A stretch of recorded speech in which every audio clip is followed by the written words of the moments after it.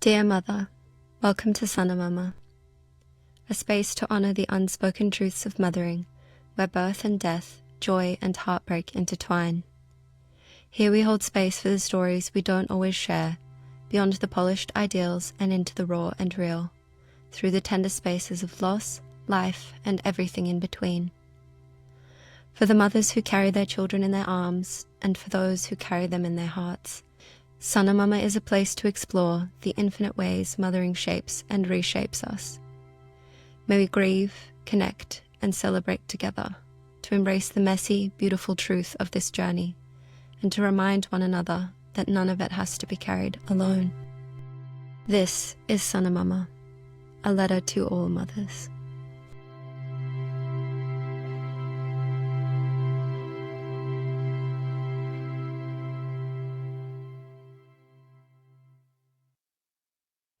Today on Sana Mama, I am joined by my wonderful partner, Tom. We are going to be touching on our story and his experience of becoming a bereaved father. If you're enjoying this podcast, it would mean the world to me if you could like, subscribe, leave a review, as it will help us raise a lot of awareness to this very important topic. Hi, babe. Hey, babe. Thanks for coming on the podcast. Thanks. Just checking the cameras are recording. They are. Okay, good. Wow, but it feels so much more nervous to speak to you on here because I feel like it's just more vulnerable. I'm already starting to cry.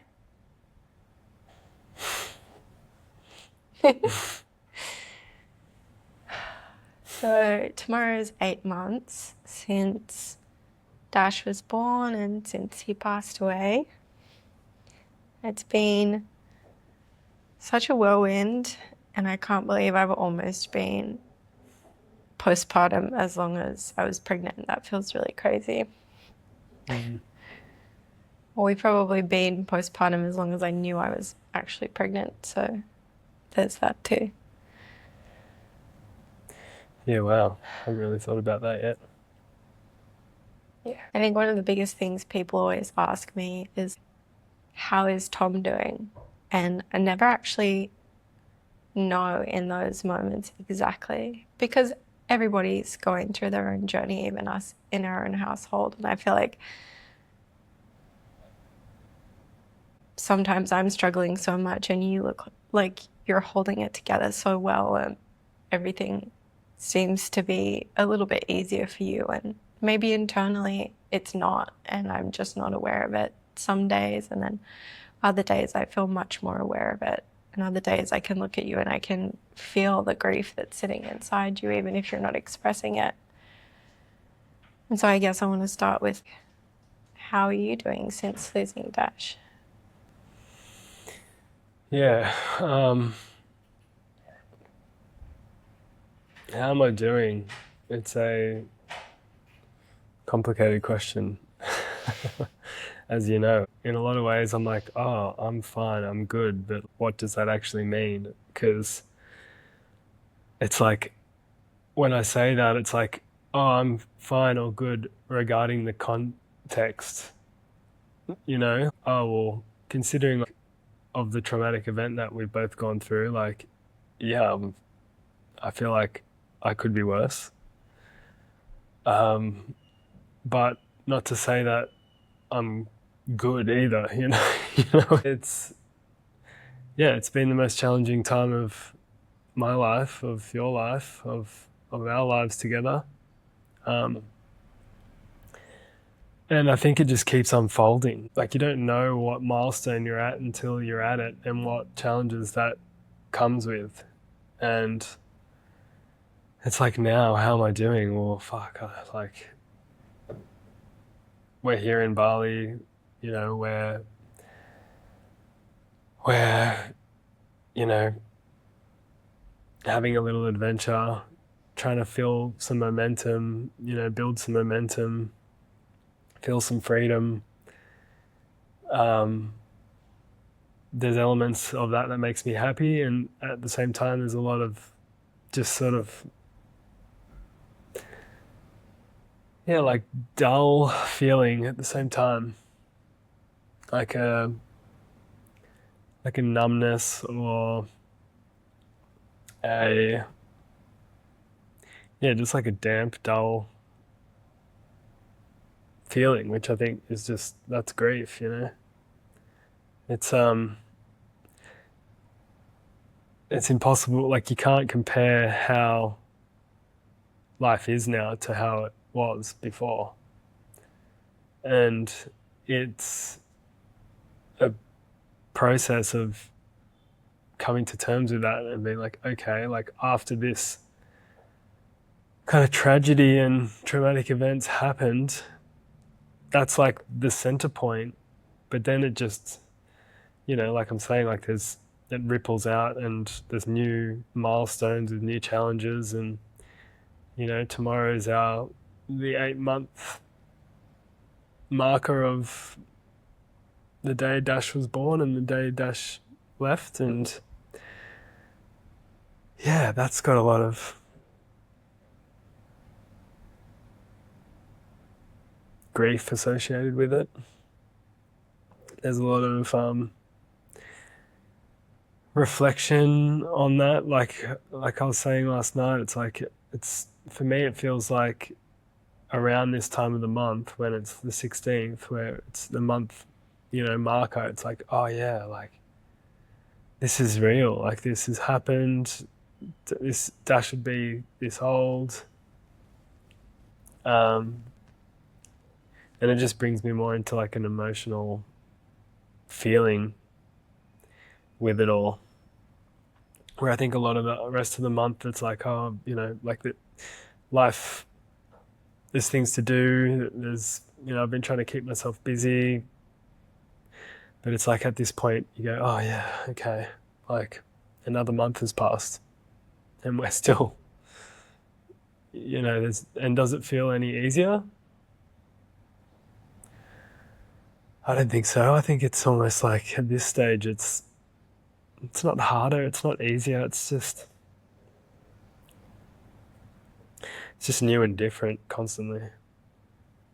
Do you feel like that's because the shock of Dash dying is wearing off or has worn off completely? Yeah, I think the shock, yeah, the shock definitely buffers the situation at the beginning, the experience at the beginning, because it's like your body's natural reaction to protect yourself is to go into shock, so you're not realizing the severity of it, where you know, stop breathing yourself. Like, you know, if you didn't have shock, it's like you just faint, or you know, it just be too overwhelming. So shock kind of helps you for sure, and now the shock has worn off a lot, and it's like with the distance and the space between the 16th of August last year when Dash was born and now, it just it almost creates a more depth of, yeah, like longing in a way. Like, oh fuck yeah, like, you know, like that's real. This isn't a dream. You know, the longer the time passes, it's like, oh, like it just brings you back to like, this is real. We've gone through this, and Dash was here, and he is now not. You know, in physical anyway. He's here with us in spirit, of course, but yeah, it kind of just, yeah. What was it like when you found out that I was pregnant, or when we found out? What was that like for you? Um, it was, well, we weren't planning, so it was a bit of a shock. I think I was just like, well, I know I was in a space of like, oh wow. At the time, we just came back from the States. You'd been living there for however many years. We landed in Oz, and we hadn't found a house yet. You know, we weren't grounded. We were staying on our friends, we were subleasing a friend's place for a short term. And then we find out you're pregnant. And I was like, oh shit, that's a big deal. That's a life-changing thing. And for me as a man, I want to be able to have a strong foundation to be able to bring a family into the world or create a family together. And yeah, so it was a big shock because I was like, oh wow, we don't have like that foundation. So immediately it wasn't it wasn't a fear, but it was immediately my mind was like, oh, we have to get things sorted. You know, I think most men can relate to that of being like, oh yeah, this is the time to get shit together and step more into that provider role to be able to raise a family. Finances, shelter, stability, all the things that I think men naturally create. Yeah, so when we found out you were pregnant, I was like, that's the immediate shock for me was like, oh wow, I've got a lot of like, we're not really ready right now. Yeah, you had a moment, and I was like, oh my God, am I going to have to do this alone? Of course. And I was so stressed. No, But it took you like 2 days, and then you my kind of mind's like, not like, oh, I don't want a baby. My mind was like, oh, do you just start going into like what are all the things that need to happen in order to like create that stability? yeah, So yeah, well, it's a big moment, I think, for us both. for sure. Wow. Yeah. It's like there's a third, like two become three. Yeah. And that realization too, you realize, oh wow, we're now responsible for someone else. And not knowing at the time that would be, you know, in the place we are now, being we're parents to a baby that passed, and there's responsibility in that, whether it's like negative or positive. It's just like, well, we brought him into the world, and you know, we feel like, and maybe responsibility is not the right word. It's like you just feel this like, yeah, and that's what's so heartbreaking when you lose a baby, or I'm sure it's the same with a child, or for any parent at any age, how devastating it is, because you just feel so responsible for them, for their life. And Yeah. you know, not that it's your fault, but just this caring, this natural caring nature we have. Yeah. And I remember you trying to explain that to me in the early days of Dash passing, because I kept feeling like I was responsible for him dying, and like, why didn't we get him to the hospital soon enough? Why didn't I do this? Why didn't I do that? And you were like, none of this is our fault. He is our responsibility, but we're not at fault for his passing. And I just couldn't believe that you had that grounded sensibility in that moment, because I felt so far away from my mind, and I feel like you've always had a really good hold on reality. Yeah, well, I think if this happened to me earlier in life, I would be a blabbering mess probably. But you know, 32, 33, you know, now I'm 33, but been through enough stuff in life to prepare you in some small degree for the shock of losing a child. Like, you know, nothing really sets you up for it, but it's like, you know, your life, you can leverage past experiences at least to be like, okay, yeah, fuck, this is real. And I think it's so different, just, you know, we've spoken about this so much. The difference between a man and a woman in that scenario is that I'm able to see more clearly because I didn't just give birth. I don't have a shift of hormones, and I didn't carry and grow a child for 9 months. Like, I just do my thing and support you, and while you do all that, and then I support you through you birth, and then whatever happens, we're here to deal with it, to support still. So I don't think the mother's just so much more in it, like with the child, with Dash. Like you and Dash are just so connected, where him and I aren't as much connected in that way. So especially through that early time, the immediate time, I'm able to I'm not as attached. Like you're physically attached to Dash, you literally placenta, cord, Dash, you connected, like even where for me, yeah, it's a different thing. And I think all men probably can relate. Maybe, I don't know, like it's like we kind of, same thing, like when I found out you were pregnant and we're going to have a baby, that natural response that men go into is like, okay, what all the things that I need to do to create stability. The same thing happens when he passed. It's like, okay, well, I wasn't necessarily thinking to myself that if I crumble, it's all gonna crumble. Like that's not where my mind goes, but it's just like, I think there's just this instinct.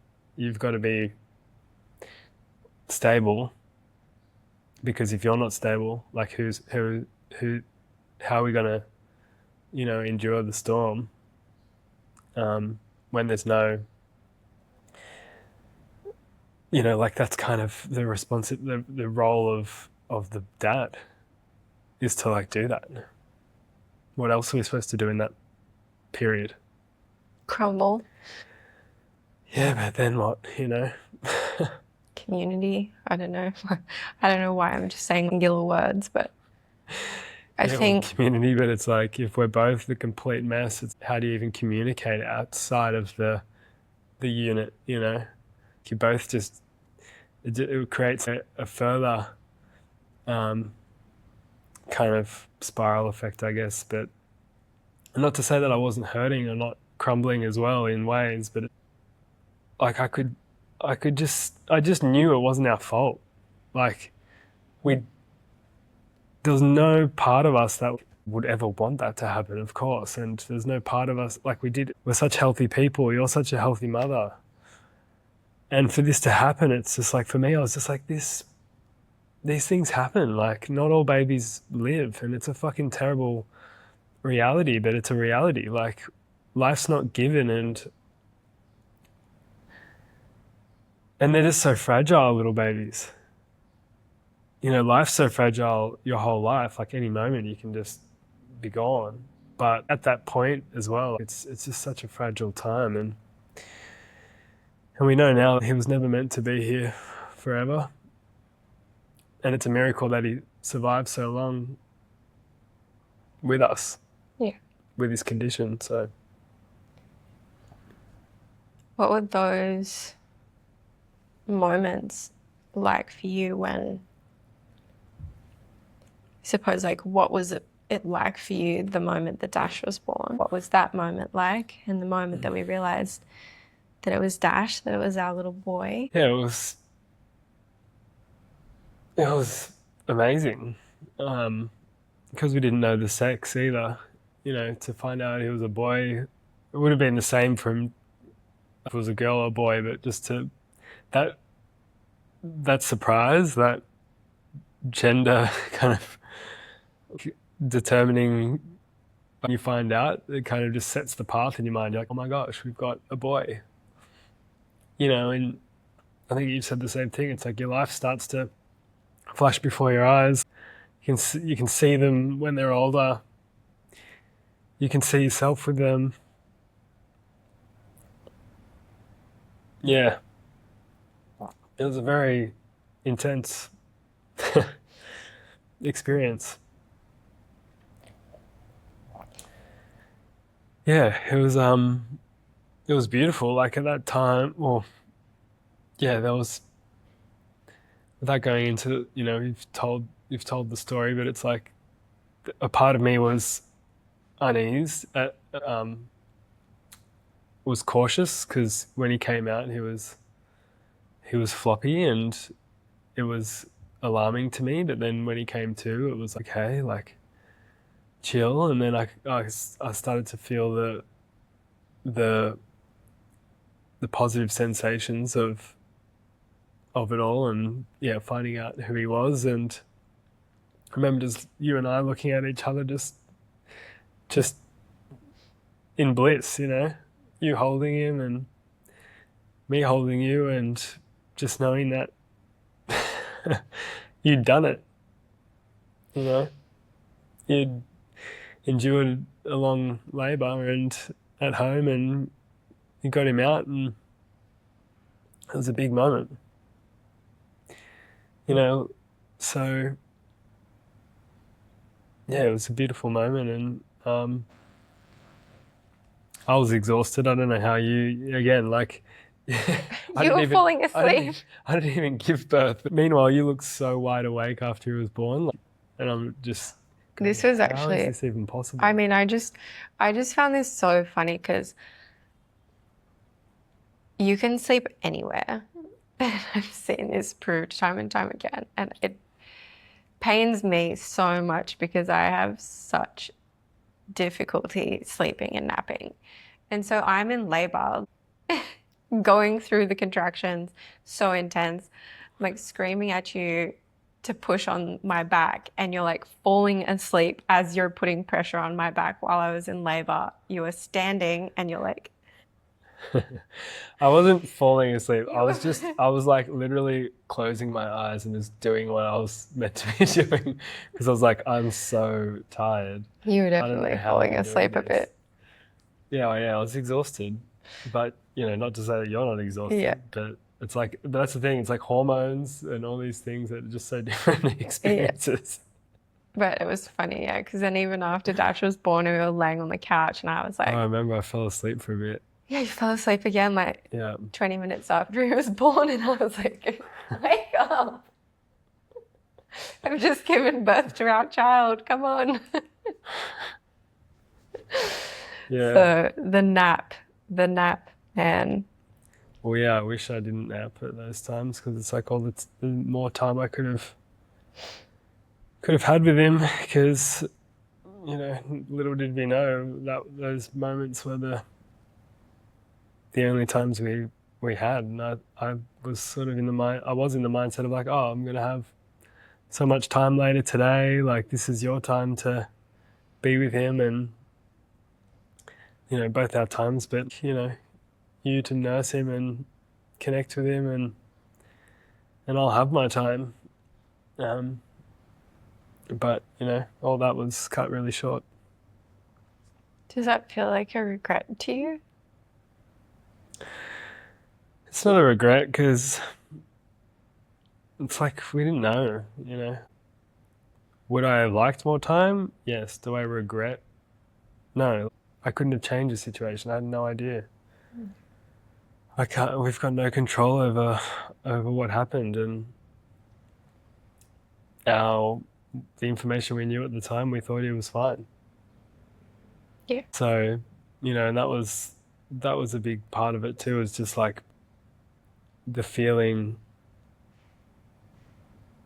like just battling in that moment, this sort of innate knowing that something was up, and then not acting on it fully because of having the reassurance. And then but even now looking back, it's like, well, all that's just meant to be, because if we got help sooner, like he probably would have passed away in someone else's arms, or potentially, or in a hospital room. It's all quite strangely beautiful how it all unfolded, looking back at it, now. That's the beauty of being 8 months into it and having more answers and more clarity on what had happened.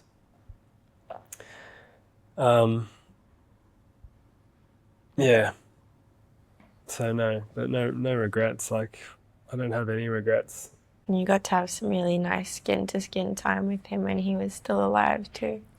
Yeah, of course. I loved every moment of that. I'll remember that forever. Can remember, I can still take myself to that moment and feel his weight and what he felt like and smelt like, and his little face and body, and yeah, It was so cute. he was very cute. Yeah, I just remember him, just thinking to myself, I'm like, fuck, he's so cute. And just how magical it is, like having a child, like just the magic of creation, and just being connected to it in that moment, when at the point of birth and shortly after, you're just like, far out, life is just miraculous and magic and just hard to even fathom. That's how we all entered the world, and we all don't remember our births, but it's like when you're at a birth and it's your child, it's the next best thing, I guess, or the next most close moment is like that reproduction and seeing your life extend. And yeah, I realized this really early on. But touching on what you were saying about the connection that varies between like the mother and the father. I would have so many moments all the time where I would be alone with Dash because he was in my belly, and maybe you were out and I was there. And it's not the same when they're in your belly as when they're in their arms by any means. Even for me, I don't think anyone could say it's the same thing. But it really became real to me when we got Dash back from the coroners and he was able to come and spend some time with us at home, that you'd never had that moment alone with him. And the first time, because even after he'd been born and he was still alive, I was in the room or the birth keeper was in the room. There was always somebody in the room. And so the very first time that you got to spend alone with him was 3 weeks after he'd died. And I know that was also a really big moment for you, and I don't know if you'd like to share on that, what that feeling was like. oh yeah.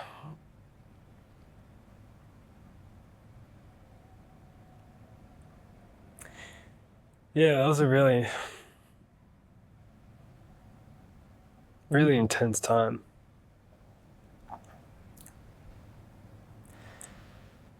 That was some of the hardest moments, I think, was finally getting him back from the coroners and then having to let him go again. Like first having him taken from us and then having to get him back 3 weeks later in a different form and be able to spend time with him and then have to let him go. It's just yeah, I don't know what in life can be much more intense than that as a parent. Yeah, it was just I can't even put it into words how that was. It was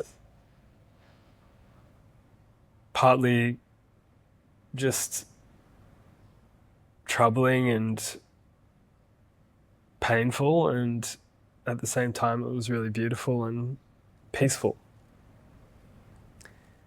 And yeah, it was intense though. The balance of those two experiences, like, yeah. And again, it's just like another layer of, that was the first milestone. That was 1 month, that was the first month basically. We had his ceremony a month after he'd passed, and so it felt like we'd kind of got to some new place with the process of getting him back from the coroners. But yeah, it's just, at the same time, it was also hard to connect with him in ways as well, because it's like his soul had left his body so much earlier, and it's a real shame, because that was the only time we got to spend with him without any medical stuff on his face and tubes in his nose and pads on his chest and all this sort of stuff. Yeah, it's like this kind of sad part where you're just like, okay, well, we've got him back, but he's not here. And we can honor his body and his little life, and we did a really beautiful job of that, I think. Thanks to Haley as well from Paperbark and Betty and the crew there, like, that really facilitated us to be able to have time with him, even if he was, in the state he was in, and being able to have him at home, like, they were really important. Really important parts for us to just come to terms with what had happened, because I think the shock at that point, you're still in the shock is still so cushy around you, you just think you're still in a dream or you just keep looking around being like, is this for real? Am I really, you just kind of keep checking in, being like, yep, I'm living and breathing. This is not a dream. And until getting dashed back, I was like, okay, yeah, this is not a dream. Because the disconnect of having him taken from us, and I know even more so for you, but yeah, just him being born and then having him, and then him going home without him, and just having to sit with that. Yeah, it's hard to put into words. I don't know how you really say how it is. It's hard to imagine. It's still even hard to imagine looking back at it, being like, I can't believe we went through that. Yeah. I think we've been realizing the last week that even though we know exactly what's happened, we've told the story, we can go over it and over it again. There's this huge veil of dissociation over the top of it as well. And it's that shock that kind of allows you to dissociate, so you can't really feel the full weight of it. Otherwise, you just get swallowed by it, is how I feel anyway. And I don't know how either of us got through it and are getting through it, but I think in the beginning, it was so present. It was like an everyday thought. And it's still an everyday thought now, but it's not an all-day thought. The distance from it allows your mind to start being able to basically bring in other things so that you can start functioning in the real world again. But so often that also feels quite impossible to do when the grief hits. And the world has a lot of expectations. So it's like how to move through that further on in the journey, how to move through that earlier on in the journey. There's no guidebook for it. It's quite impossible. Yeah, well, I think it's a problem. I think for a lot of people in general is dealing with grief, because our culture is so grief illiterate that we don't learn about death. Death's not really something that we talk about much. It's not something we honor or sort of have any understanding of, So when it happens to us, especially, it's so like I've had people pass in my life that are, grandparents and relatives and stuff, but it's like, that's kind of normal when it's easier to justify when it's something non-tragic, like old age or when you're really young, and it might not be too, like when my first grandparent that died, like I was so young, they were so old. It's like, oh yeah, in your brain you're like, okay, you get old, you die, even though they weren't that old at the time. But when young, there's a very different process of, or skills, I think, like skills, in emotional understanding, spiritual understanding of like dealing with tragic death of young people or babies, or most places don't accept, like in our Western world or our bubble of Australia or the Northern Rivers or whatever, we're not talking about it so much. We're not understanding it so much. Whereas like here in Bali, in indigenous cultures around the world, they have a very connected belief around, or understanding around, death and the processes that you go through as a culture, as a community, as people. When somebody passes, when an old person passes, a young person passes, like there's protocol that go through that actually are like specifically designed to help people process grief on all the different levels that need to happen, like the physical level, whether it's like the physical grieving process of wailing and crying and screaming or whatever it is, and dancing and connecting with nature and doing it as a group, having that community support of everybody feeling it. Yeah, it's for us, I think it's a big, it's like what's the word, not a disadvantage, it's just like we're missing out on it in a way, because it creates negative, like it's traumatic. You can transmute a tragedy and a trauma into something else, and that's what we're learning to do. But it's so much more difficult, I think, in our society. Like when we first lost Dash, I remember we sat down with Haley and we were talking about it, and talking about like in Ireland, the black armband, or in other places like you wear all black, but they're like symbols that signal to the community that you're grieving, so people will treat you in a certain way for that period, whether it's like a year or however long. Where our culture is sort of like, we just, oh yeah, I think 4 weeks has passed, it's probably long enough, they're probably better. Go back to work. Go back to work, carry on.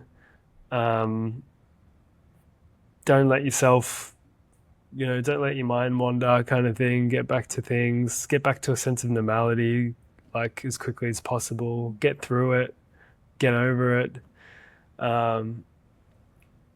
There's so much sitting, like just whether it's subconscious for people or conscious, it's there. What was that like for you? Because I actually have a lot of internal anger around this, because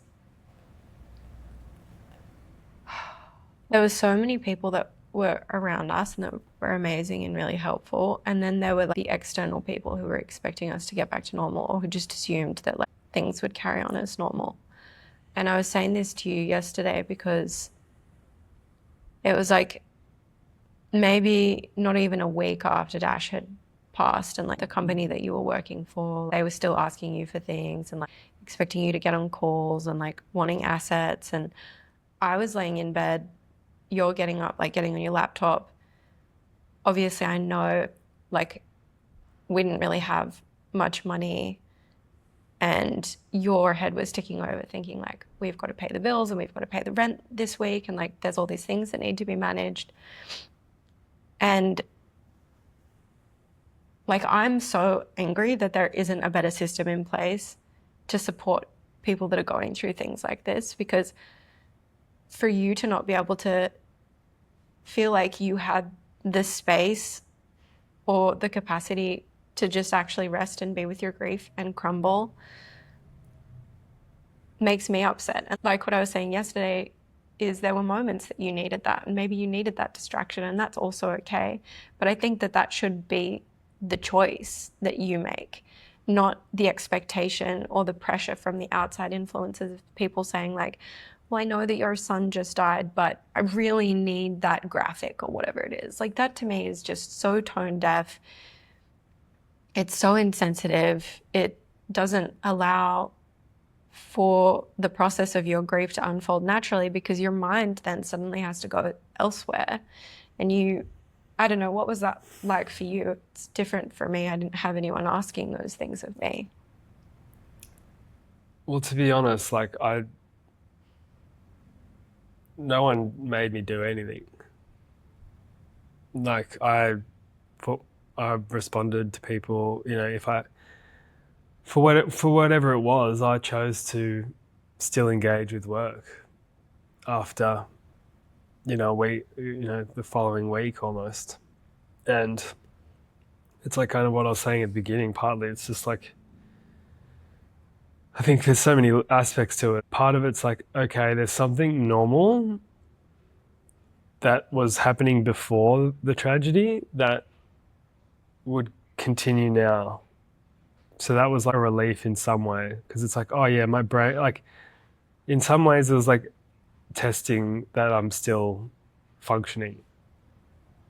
You know, it's like, oh yeah, okay, I can, like my memory works, like, oh yes, my brain still works how it was. Okay, these are good things. I'm not like crippled I'm not emotionally, annihilated. So I think part of it was like, okay, like, yep. And then part of it also was like financial pressure. Part of it was distraction in a healthy way, because we were just sitting in bed all day, just dropping in and out of crying, and that was it. And yeah, so, I kind of I did all that myself, really. There's no one to blame for me coming to the table for work stuff that I said I would do. And I could have just said, fuck off, I'm not talking to anyone for a while. But I didn't feel like that was what I needed. And I think it's like this, like with you and me in ways, when I need to, there's times where I need support, and I'll need to lean on you to support me in some ways. And there's times where I support you.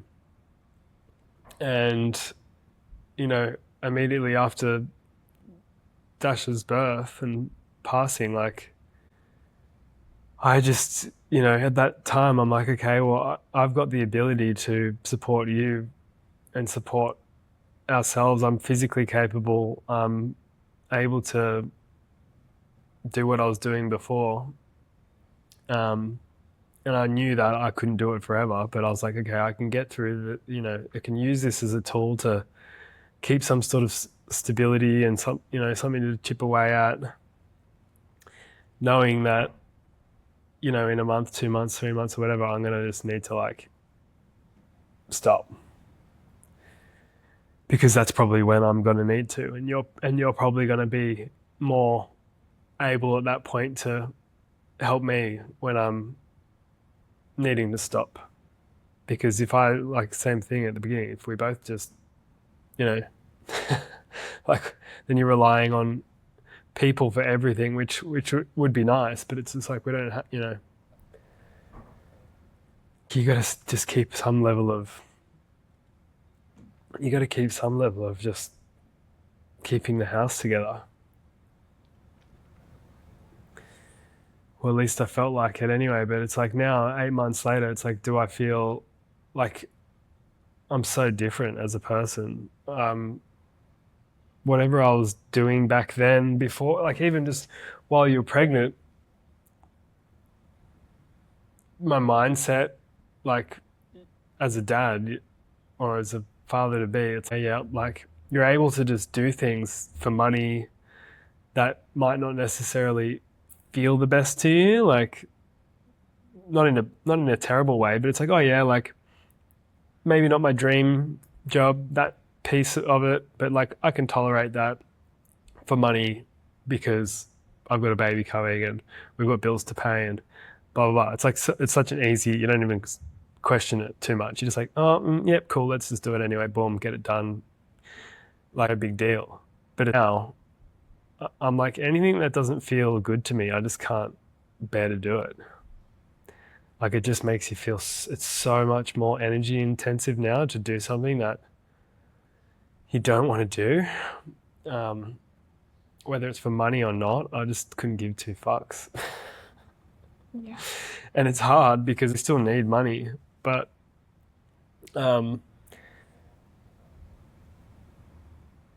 yeah, it's just after going through such a life-changing event like that, your whole world just shifts around and changes, and the foundation that you'd set is just completely different, and there is no foundation. You have to kind of reset a foundation, rebuild a foundation that makes sense for your new life, because the old life ain't, you're not going back there. It's not the same. And it's a fine line between, I think, grieving and transcending through that experience or growing through the grief, and depression, I think. And I'm not saying I'm close to depression or anything, but I think I would be if I was tolerating all the shit that I used to tolerate, because it would just make me feel worse and worse. And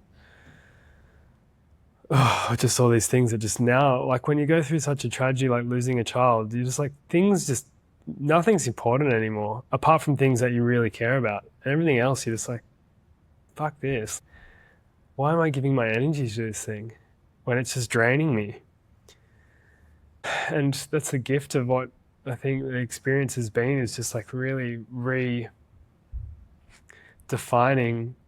and not like it's been redefined. It's like this, like we're so not redefined our lives, but we're on this journey of like, okay, well, we now have to redefine our lives, and it might be for the rest of our lives, but there's a lot of beauty in that,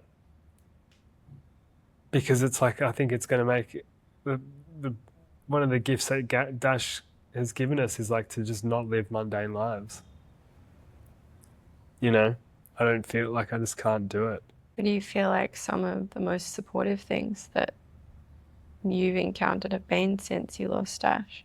Well, like while we're talking about work, like I think work is supportive if it's doing something that you feel inspired doing. That's one thing. Like you can't just, I personally feel like work is a necessary, and like whether it's for money or whatever, it's like having something, project to work on.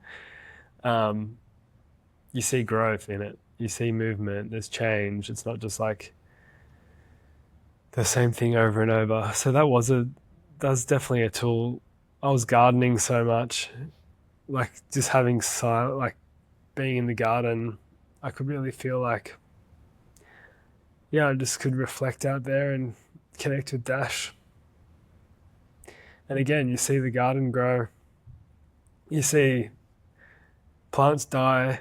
You see the whole circle of life every time you go out into a garden. And you see, the birds and the bees and the insects and the old plants dying off, the new ones growing through, trying to raise seeds. Some not making it, some making it, some thriving. It's there's a lot of peace out there in it, because it's a gentle way to see life for how it is, a garden. It's not traumatic. Like if that was, on a macro scale, there is that much death and destruction going on around the world every day, but it's like in a garden, it's just a more simplified version of it. So yeah, and obviously connecting with nature, like just being in nature and being in the ocean and swimming. But I think for me, it's just been like a lot of alone time as well, like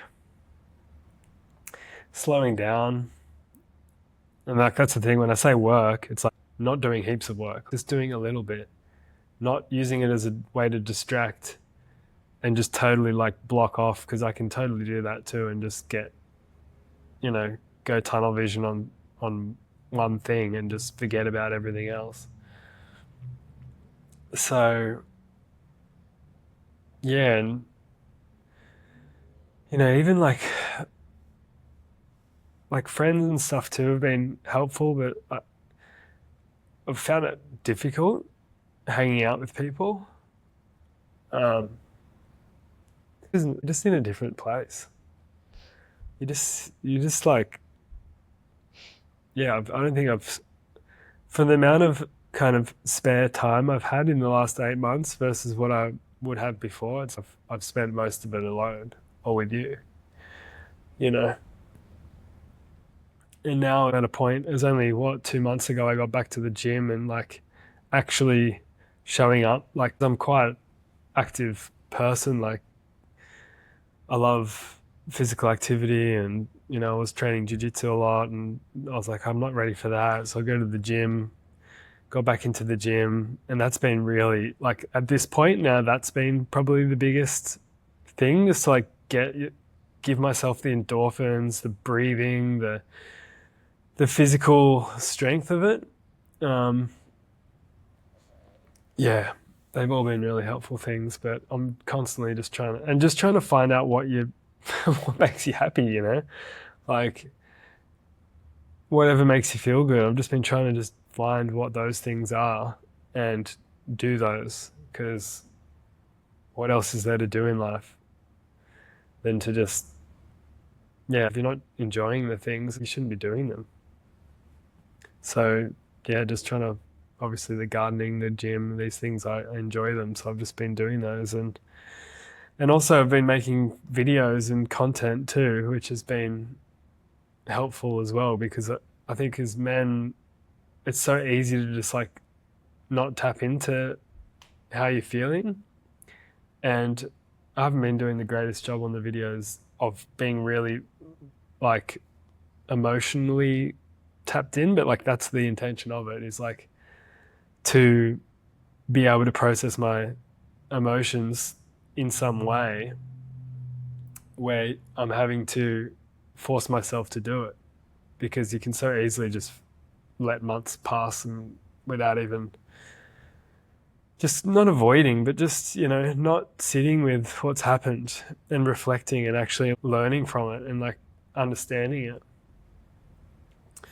So yeah, it's a constant thing, just trying to work out what supports, like travel as well, like we're here in Bali now. This is our second trip. We've been having a lot of fun, like, making things and getting creative, and I think all these things help. If we weren't doing this, what would we be doing? We'd just be like, I don't know. I'd probably be doing the same thing, but at home. but well, that's what I mean. Like, if you weren't doing those things at home, what are you doing? Nothing, and then that's when I have no idea. that's when you start to like get stagnant, which is where you start to, I don't know, like, I feel like that's where the depression can easily creep in, rather than it being like, okay, I'm grieving. It's a difference than being like stuck in a depressive loop. Okay, I'm sad, and I acknowledge I've gone through a big tragedy and a trauma, but I can still keep living, even though, and carry this wound with me and use it as a tool to continue to live, which is a weird concept, but that's how it is. It's how it works. What does being emotionally tapped in to you look like? it's just more like knowing where you're at. And one thing that I've been reflecting on through this is like, if you're not feeling, you're not really alive fully. So if my tendency is to sort of numb out as a coping mechanism, whatever that looks like, whether it's doing too much of one thing, working, distracting yourself with something, or just not thinking about, not dedicating any time to reflect, it's like it's like a form of numbness. So, and I think a lot of men are prone to that. It's a superpower in a way, because we're able to get through really intense situations because we can kind of put our emotions to the side. But a lot of us struggle to take them off the side and be like, okay, how am I actually, where am I at? What's beneath the surface? So I don't need, like there's no measure of it, I don't think. It's just like, do I feel like I'm numb right now, or do I feel like I'm actually like alive? What am I feeling? Is it a subtle feeling? Is it just, oh, I need this? Oh, this is how I'm actually feeling. Like when you start to reflect on yourself, you can see how you're feeling. And even if you're not feeling that in that moment, you might look back at a moment and be like, oh, that's what I was, struggling to understand then. That's actually how I was feeling. So, yeah, I'm just trying to work it out really. And yeah, it's just to find balance, I think, for men, and it's just like to not be ruled by your emotions where you're acting out of emotion all the time, because I don't think that's healthy either. But knowing that you can access your emotions, it's just like knowing that it's there. And also another thing is men's circles and chatting, having a space where that's another form of reflection, is when, we all sit together, when the men get together, that's time, and men need more time. Like because it's hard for us to access our emotions, or a lot of us can feel like that, we need more time to be able to do it. Like we can't just go out for a coffee or go for a surf and be having deep and meaningful. It's like it takes us like much more time to drop into a place of like having a deep conversation with a friend, or a stranger, or whoever. Like, yeah, it's I think it's very different. Like I feel like women, maybe you can tell me if I'm wrong, but it's like women tend to be more, I don't know, available with with that quicker. And I think it's a Yeah. mothering instinct too, where we know we don't really have that. Yeah. I mean, yes and no. And I think it depends on the relationship you have with the person still. Of course. I'm sure that you can relate to this because I know you've been connecting with other bereaved fathers. And maybe that's the whole point of what you're saying. I think that there is innately going to be more connection and understanding between myself and another mother who's lost a child. And I think it would be the same for you, that you're going to have a quicker, easier, perhaps more deeper connection with another father who's experienced loss than you're going to have maybe with someone that you've known for years and years and years. And it's just because it doesn't need to be spoken. It's an unspoken connection where you're like, fuck, I know what you've gone through. I know what you're feeling. And so you can drop into those spaces a lot more easily. And maybe there were other situations like that earlier on in your life. I know I've connected with women over all kinds of different things over my life, but I've never seen that same kind of deep connection or that same look when meeting someone who's also lost a baby, because words don't even cover it. They don't. I can just look at them and it's like, yeah, I know what you've been through, and it is really fucking hard. And do you feel like there's been a difference since connecting with more bereaved fathers as well? Yeah, of course, there's that level of immediate understanding for sure. Of course there is. I guess just the difference for, well, it's not even, I'm not even trying to compare it to women. It's just more like the way that in my life, I've experienced when I've been able to get into my emotional, like connect with my emotions strongly in a healthy way is usually at times where I'm in nature. I'm, you know, you might not even be talking much. There's no distractions and you've had a lot of time to like drop in, and it like could take days, could take however long. If you're with people you know or trust or whatever, it doesn't matter. It's like there's this thing that I feel anyway. I'm like I find it hard to get the deeper healings. I need to like, yeah, really set time aside and get away and not have a phone, not have this, not have that, being on the ground. Like that's when I feel like, oh yes, I know how I'm feeling. Like I'm not ruled by my emotions right now. I'm just like able to be like, okay, yes, I can feel how my life is right now. I can feel how I am right now.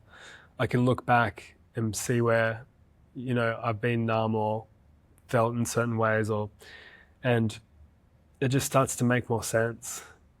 And then you feel like, at those times it's like, okay, yeah, I'm accessing how I'm feeling. But when I'm in other place, when I'm at home or whatever, I still can access how I'm feeling, but it's a different thing. It's like you've got routines, you've got distractions, you've got all the things around the house to occupy your mind and take your mind onto other things, or laptop, whatever, water the garden, like so many things. Oh, what the surf's doing, boom, boom, boom. It's like until I'm just like doing nothing for a little while, a few days, whatever, a week, that's when I really feel I'm like, okay, yeah, that's where I get those deeper healings, from on that kind of more emotional level. So yeah, I don't know where I was going with what the question was, but yeah, I'm just kind of, and I'm got this trip coming up, and that's a perfect example. It's like 10 days in Arnhem Land with guys that I might not necessarily know. You go up there and it takes a few days to drop in, but then somewhere along the line you just kind of find yourself letting all those, it's like all the shields, all the guards that we all put up, but like I think men especially, like we've got all this armor around us all the time, holding, being trying to be the stable, protective person, which we all are and can be. And then in order to actually take all those off, like you can't just take them all off at once. You can, but it takes practice and experience to be able to know how to disarm yourself and of all that sort of stuff, to be able to just be. And I'm learning. I think that's probably one of the biggest things that I'm now realizing after Dash is, how do you live more in a space of access to those things, because you've gone through such a big trauma, and then yeah, when you meet other bereaved parents or dads or mums, they don't even say anything to you. They do, like you say, they just there's just this knowing, and if they've gone through it years and years earlier before you have, they just have a whole nother level of understanding, because it doesn't get it doesn't, it changes, but it doesn't necessarily get easier. It just changes and transforms, and you can see, like I had somebody reach out to me recently on, I put a post up on LinkedIn, and one of my old uni lecturers messaged me, who must be, I don't know, he must be like 15 years older than me or something, and he reached out And he's like, oh, let's connect. And it was while we're here. And I was like, oh, yeah, let's connect when we get back. But it's like him hearing my story, and he kind of insinuated this in the message he sent me. It was like, oh, I wasn't going to reach out. And then I was sitting on it for a while. And then I realized, oh, I just had this desire. I need to chat to you and connect. And that side of him, you can feel it, like him connecting back to his story, whatever that story is. I'm not even sure, but it's like his daughter or son or whoever he lost. And where you're able to just have that. Yeah, there's like a lot of healing in that from both angles, both directions. And I need to connect with more fathers. I think like you've been doing a really great job doing it with mothers, and I know I will more with men, and that's the same thing. I've been kind of supporting you do what you've needed to do with the podcast and stuff too, and I feel like slowly I'm coming into a form where I'm like, oh yeah, I need to go and chat with and sit with men and dads, bereaved parents, and just get what I need in that space as well. Yeah. And obviously, I usually say this at the end, but I'm sure I'll obviously put your Instagram in the show notes, and if anyone is listening, they can reach out and connect, and maybe you'll make new connections from mums that listen to this episode that their partners might be also looking for more dads to connect with. Yeah, I think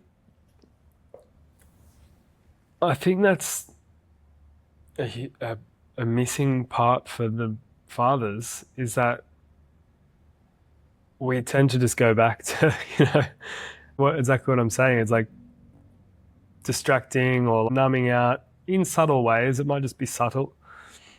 Just going back to hanging with the same people, doing whatever, tolerating shit, not accessing how you're feeling, just kind of subtly numbing out.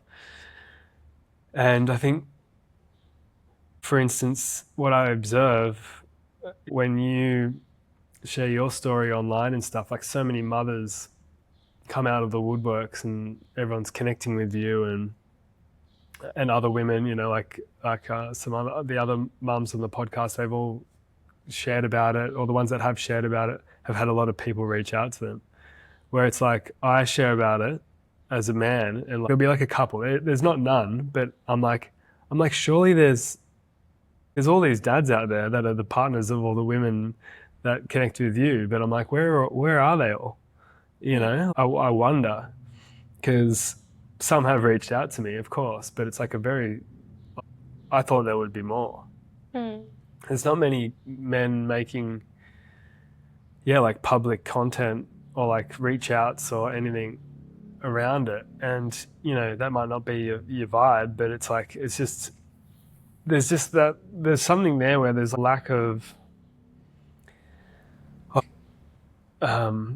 connection between the men, I think, throughout that experience. And it's partly our own fault, because we just kind of like, it's a lot of our coping mechanisms and patterns and stuff, of just going, oh yeah, she'll be right. I'll sort it out. I'll do things myself. I'll, figure it out myself. Just keep doing, putting food on the table and all that sort of stuff. And you just kind of so easily just can let years pass and go, oh fuck, I haven't actually been, like, I don't even know how I feel. And just burying it all. Yeah, burying it and just numbing.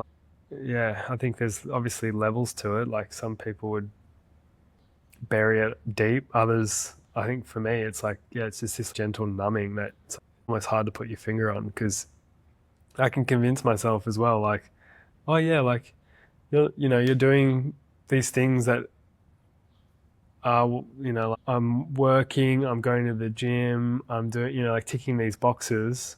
So I'm like, oh, therefore I'm doing okay. But really, how am I actually feeling? That's the hard question to answer. There's like no box to tick of like how I'm actually feeling. Like I've got to actually learn to feel that. And yeah, I think a lot of men probably, I'm imagining like a lot of men are in the same boat.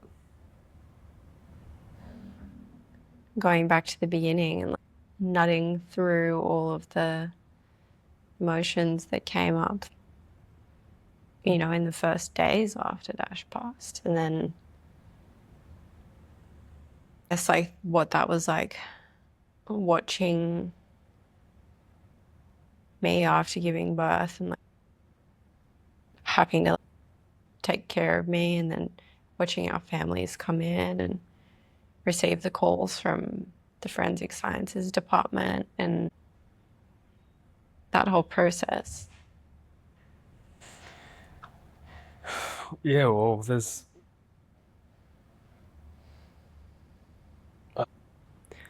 it's just a troubling.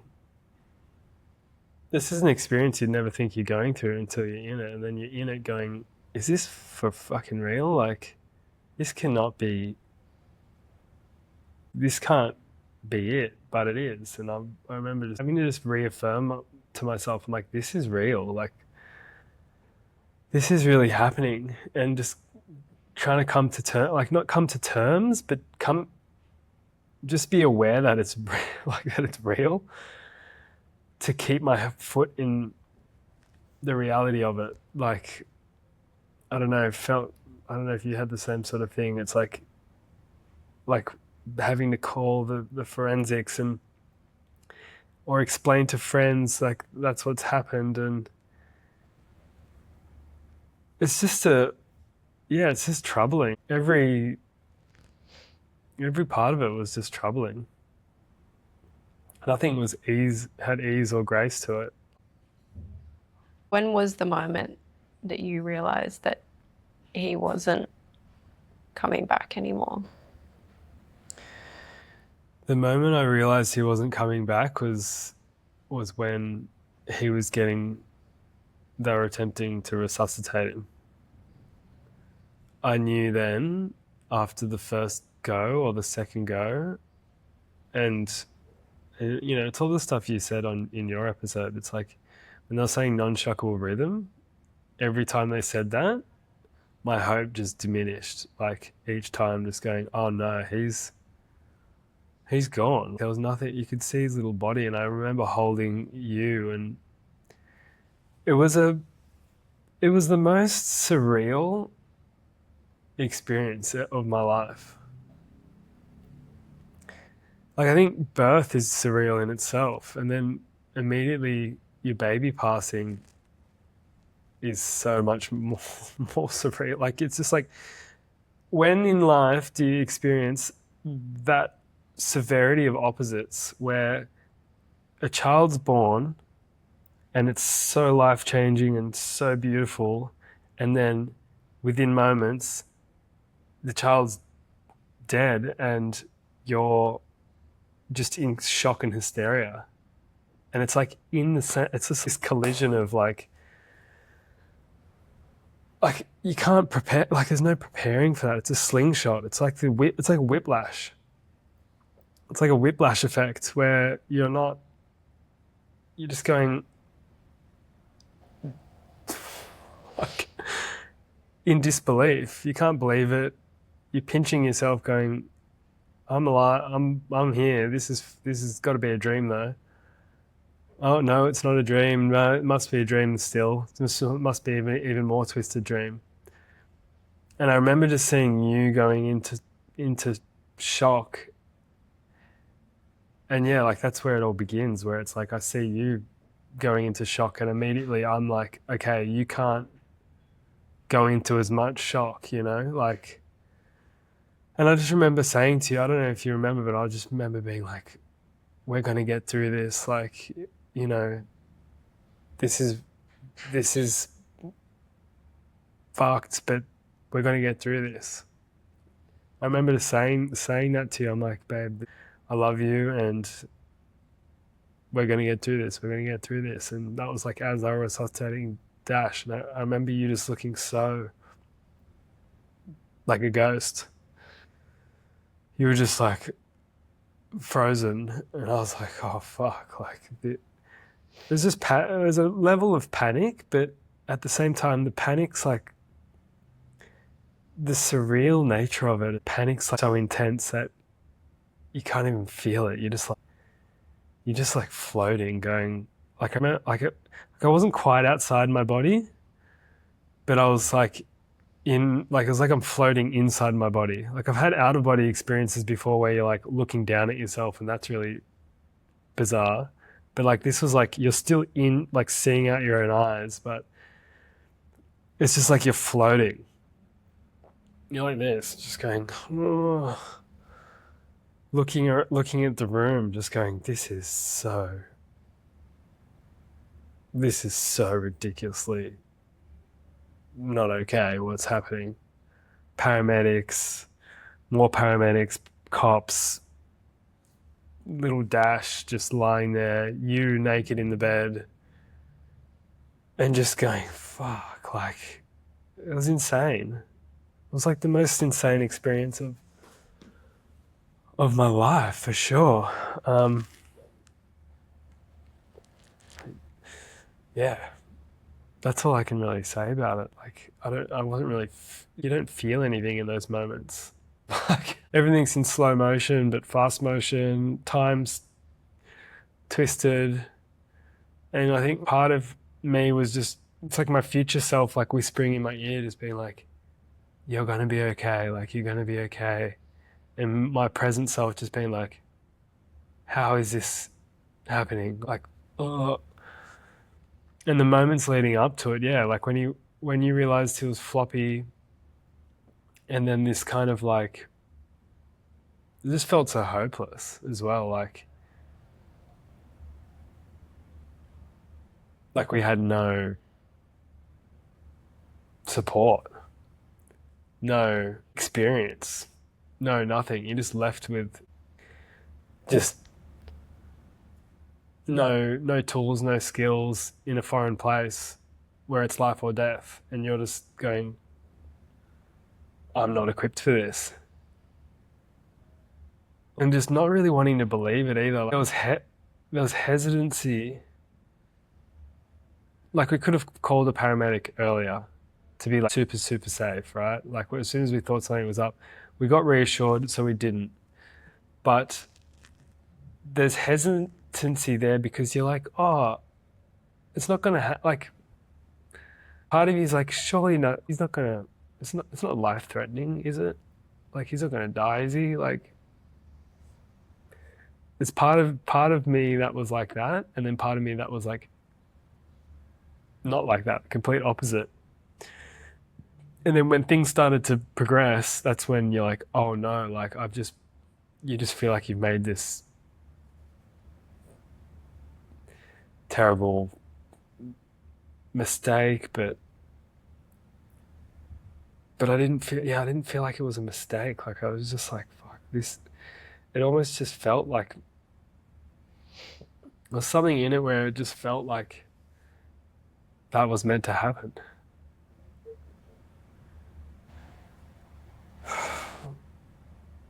I think that was maybe Dash connecting with you because that's not how I felt.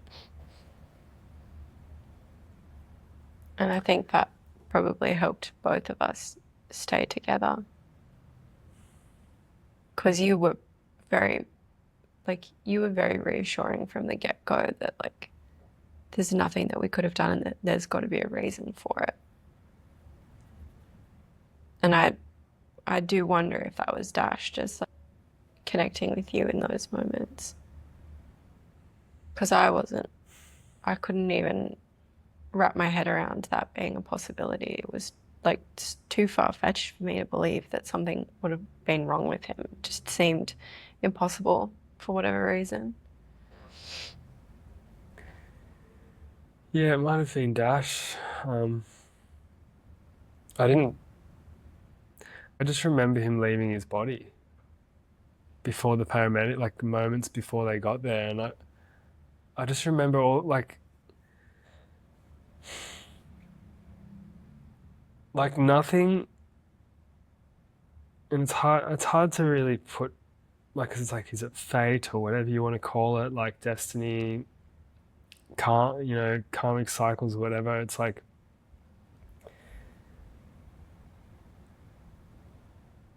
yeah, and I just had this, I just knew that, like, yeah, like we don't all live past birth. And it's happening to us. Like we're one of the, like it happens to people. Like it's not like unheard of thing where you can't even imagine, like this never happened before. How is this happening? It's like, oh, this is happening to us. Like this is our reality. This is our story. This is Dash. He's one of he's one of the ones that don't live.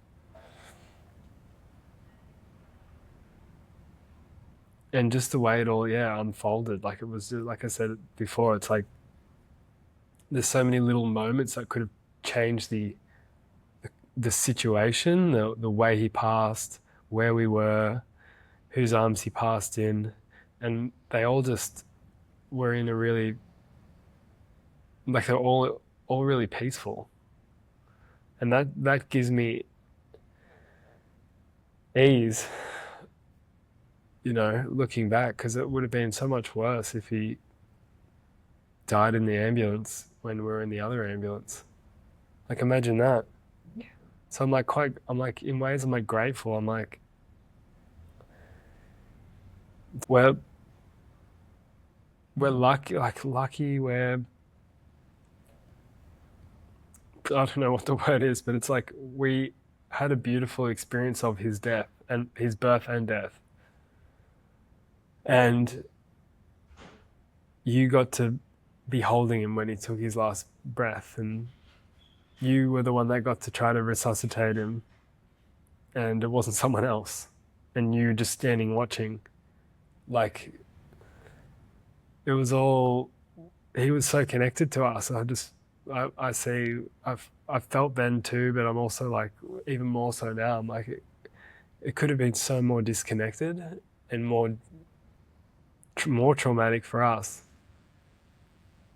and particularly you, to have all that. It could have been so much worse, but it just was all like there's just this sequence of events that are just like strangely fucking weird, like just, but they all just lined up perfectly. Like the ambulance missing the driveway, I ran out, he passed just before the ambulance. I'm like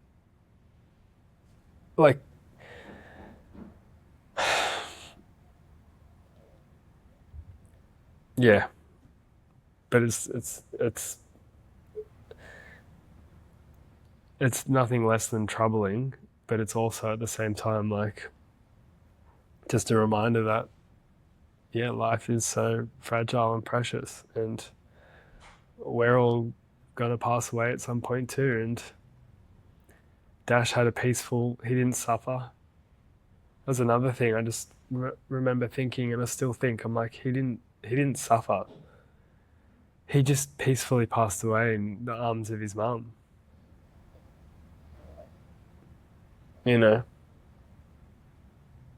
Which is a beautiful thing. And it's a massive initiation for you and for me, but a lot, like it's a huge one for you. Having to hold him and be his mum through that. And that's what he chose, that's what he came here to do. We couldn't have changed the outcome. And if we tried to change it, it probably would have been worse, more traumatic. Yeah. The trauma's still there though. Of course. Because the minute we left the house, that was just like,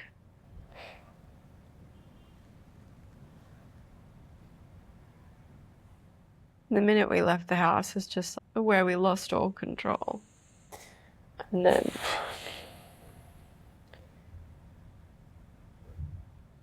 it still would have been traumatic. And this is the conversation that I feel like I keep coming back to at the moment. But his birth was everything I imagined. And he was born without complication. And it was beautiful and it was perfect. And then, as you're saying, like, there's trauma that obviously it was heartbreaking for me to be the one resuscitating him, and that it still feels like a really challenging part for me, and it potentially always will. But yeah, he passed in my arms, not in a theater somewhere being cut open trying to fix him alone and cold and in an ambulance with strangers. Like, he passed with us in the room, and it was just us with paramedics down the phone line. But the second that people got there, that's when everything went. And like, if I could erase all of that middle bit and it was just the three of us at home getting ready for his ceremony with paper bark, like, I would. There's no way that I would want that 3 weeks in the middle of any of that. There's no way that I would want that for him or for you or for me or for any of our family, because those 3 weeks were the most painful, torturous, like, limbo of emotions, waiting to get him back and then receiving him back and seeing how much he'd changed. And you know, we just didn't, like, those days were so important, and we didn't have any time with him at the hospital. And then by the time he came back, he just looked like a completely different little baby. His face had changed so much. And so that was confronting. It was like quite confronting, honestly. And I wish that there was a different system in place to support parents when they're going through this, because that 3 weeks of like not knowing exactly where he was, or, you know, who was around him, / knowing that he was being kept in a freezer, were like, I found them to be very difficult and very intense and traumatic. And I think the psychological repair that needs to be done or moved through because of those 3 weeks is going to be huge and will impact me for the rest of my life, no matter how much work I do on it. They were the most intense 3 weeks I've ever lived. Yeah, and at the time, I just remember just being like, just knowing we have no control over what they choose to do with him, like where he goes. Remember them being like, "Oh, he's going to Newcastle." What the fuck is he? You're kidding me! Like, Newcastle's like a 9-hour drive away. Like, and they're like, "Yep, that's where the coroner's is." I'm like, "There's one coroner." Like, you know, just these things where you're just like, "This is insane." That, and then him getting, you know, taken from Byron to Lismore.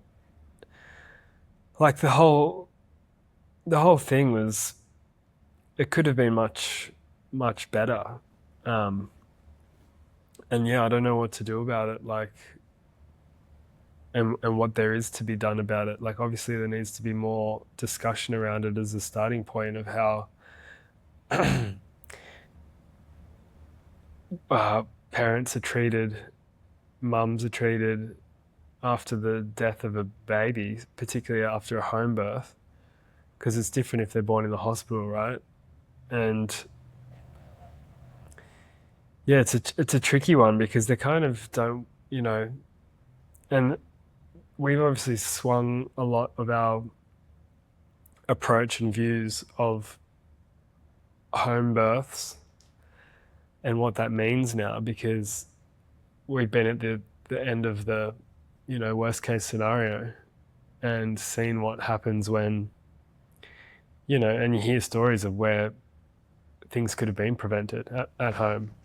And like knowing, like, thank fucking God, like that's not our story. Because, and I'm so sorry for all the parents that is their story, because you didn't want that to happen. Like no one ever would want that to happen. You're having a home birth because you're trying to have the most loving, peaceful birth you can. And for the worst case scenario to happen is just so devastating. And then to know that there could have been something done would just be debilitating in so many more ways. Like, and that's what, yeah, like I can't even imagine. I can't imagine it because we were in that space for a little while, preparing ourselves for like, okay, could we have done something differently that could have changed the outcome? Unfortunately not, but there was like what, 3 months where we were sitting in that. And part of me was like, yeah, it was just like preparing for what that could have meant and how we would have had to live our lives from that point onwards. I was like really trying to mentally prepare for that. And also just trying to just accept it before it even happened. Just being like, okay, like there's nothing we can do, nothing we can change to the past. You know, there's nothing you can change in the past, but yeah, going forward, like, you know, I don't feel like it's really my role to do it, but I think, you know, the women and the mothers and, you know, there's obviously some work to be done there. Awareness as like a first point of call, and there's so much like disinformation, which is fucked to me even to say that, because I'm usually like the person getting called the one with disinformation, you know what I mean? Like, but now I'm like, oh yeah, it's really changed the way I vet things, you know, like I think I've had dogmatic beliefs before about things in life, and I probably still will in a lot of ways, but after Dash passing now, I'm like so less dogmatic about life, of like, oh, that's not the way to do it, this is the way to do it. And I'm aware of the dangers of like people on the internet, and like the free birth space is like such a great example of it, because there's so many women, well, you know, whoever, men, women probably too,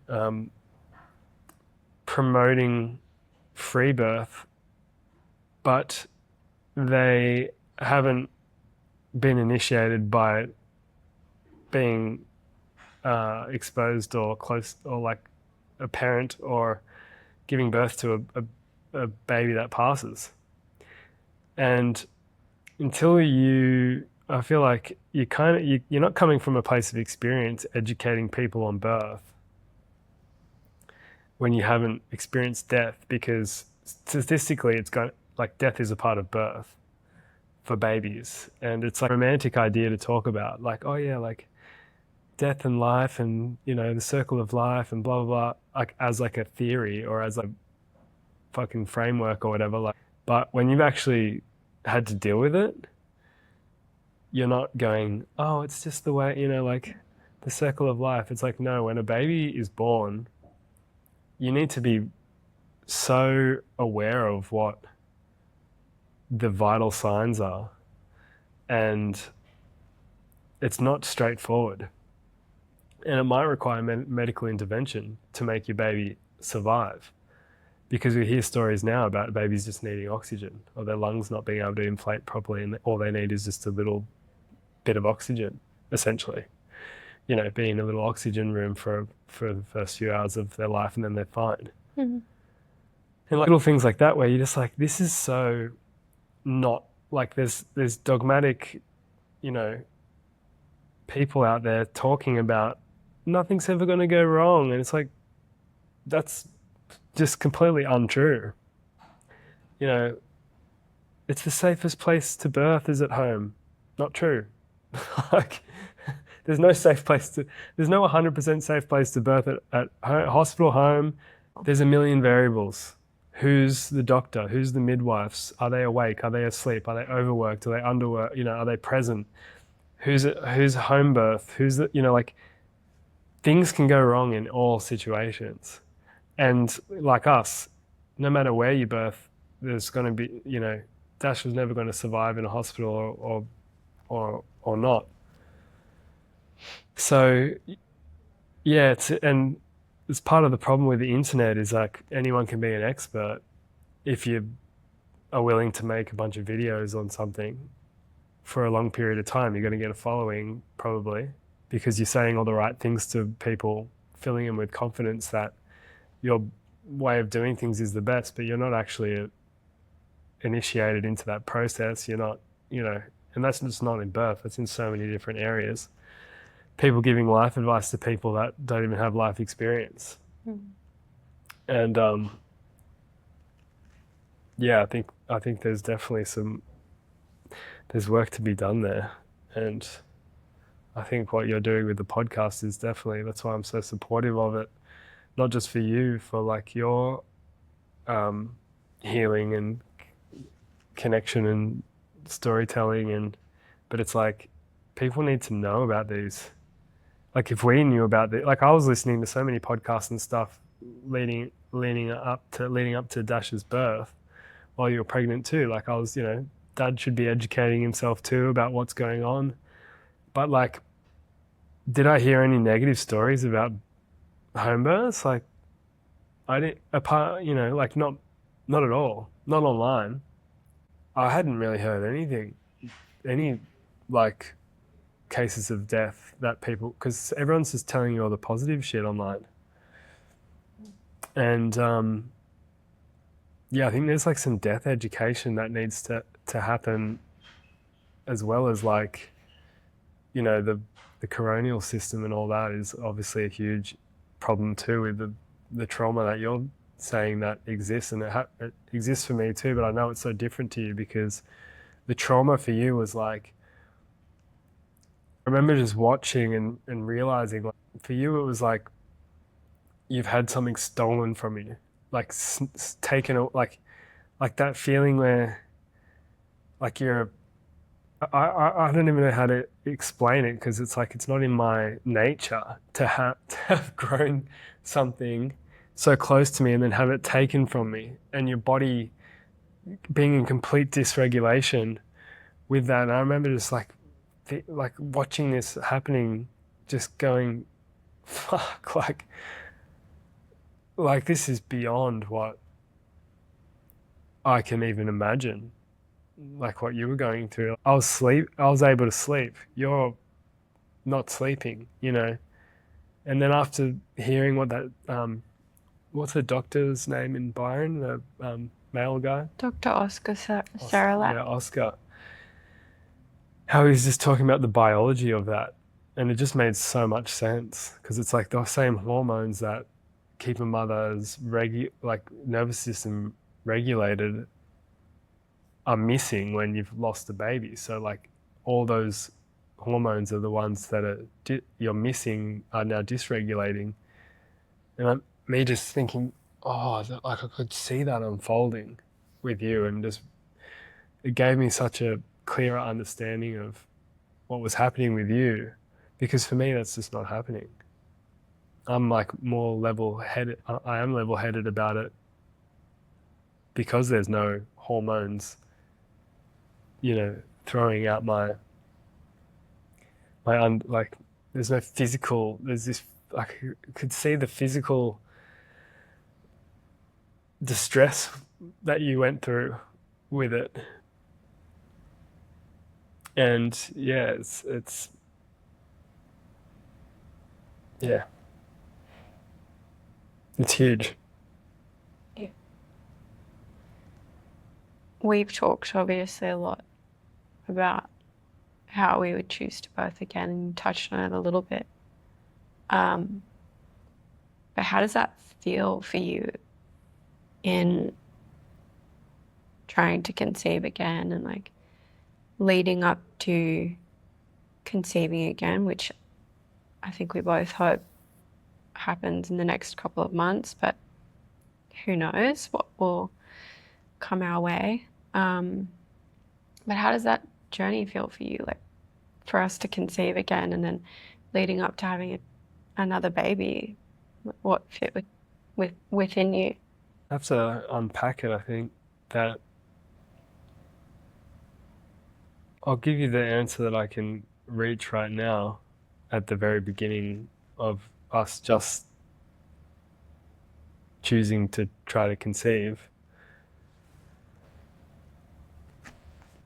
Part of me feels there was a naivety with Dash, or with that the first pregnancy, of everything's going to be okay. And that naivety is not here anymore. Now we're like seasoned. You know, we've been seasoned through this process of, okay, there's no naivety. Like we're prepared for the worst case scenario. Like that's in our bodies now. That's in our story. So to say that I'm romantically positive might not be the right word. Optimistic's not, but just there's no naivety there now, which is a beautiful thing. This kind of like, oh, it's like blissful, like naivety. It's like, oh, it's so nice. Like everything's great. Everything's going to be great. Nothing goes wrong. Like the reason why we're together, the way that Dash was conceived, like it's all just meant to be.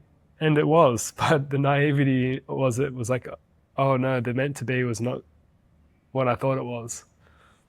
The meant to be was, oh, he was ultimately not going to live for very long. And now that's not present, that naivety. Now it's like, and it's not fear. Like there's an element of fear. Like there was an element of fear with Dash too, but it wasn't too strong. I know for you there was moments of fear, and there was for me too, but it wasn't like overwhelming for me. And it's still not now. But there's just this like discerning like context, knowing that things aren't always the best case scenario. Life isn't guaranteed. And we're more prepared for that. And I'm still optimistic, thinking that and feeling, I'm like, that's not going to happen to us. And we do have some scientific, to some degree, reassurance that his case is so rare, it's not going to happen again. It still could, like anything's possible. But it would be so, but that's the context that I feel like we're in now. It's like, okay, we've got to go through this process with another pregnancy. And now it's just so different.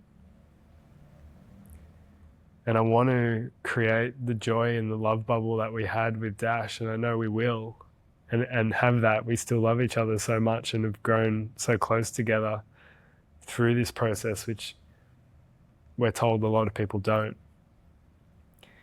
And we have definitely gotten closer, more bonded through this experience than prior, for sure. So I'm sure that the next pregnancy is going to also do that. It's just the context is different. And I feel hopeful. I feel, optimistic. But I also feel there's this discerning, like we need more information to be able to let ourselves relax into it as much as we can. And I know Dash, there's this part of life now where Dash is with us. And he comes with us everywhere, and he's with us when we don't know, and all he wants from us is to live our lives. And he didn't get a long life, and maybe that's because he was so pure and he didn't need to be here. But I just know all he wants from us is just to be happy and fulfilled and keep living our lives how we would want. So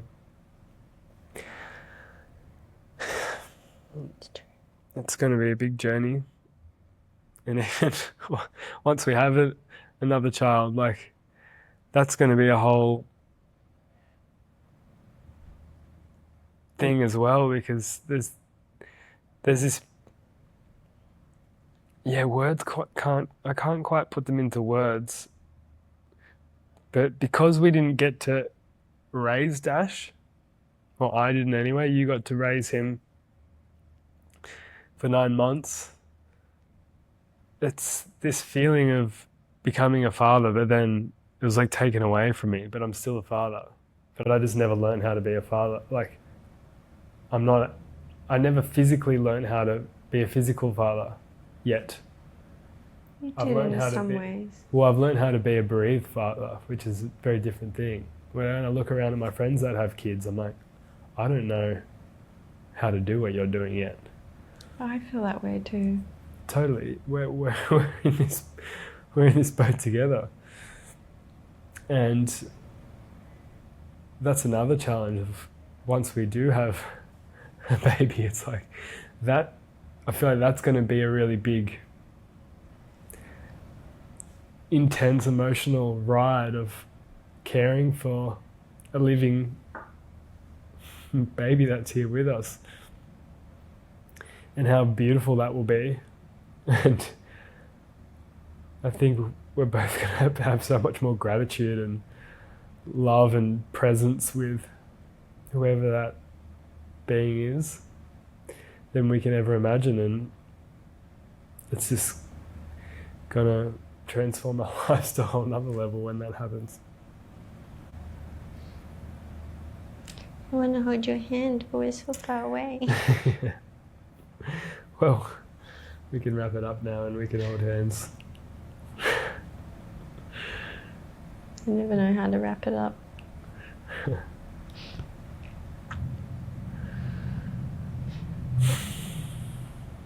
Thanks for having me.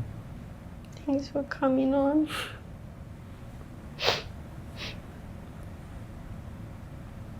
Love you. I love you too, babe. And I'm proud of us. I'm proud of us as well. I'm proud of you. I'm proud of you too, and I know Dash is too. It's not easy. No, it's definitely not easy.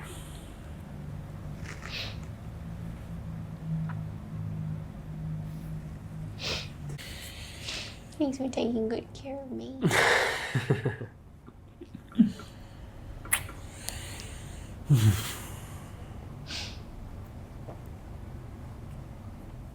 Let's go and enjoy our last day in Bali. Come on, Dash.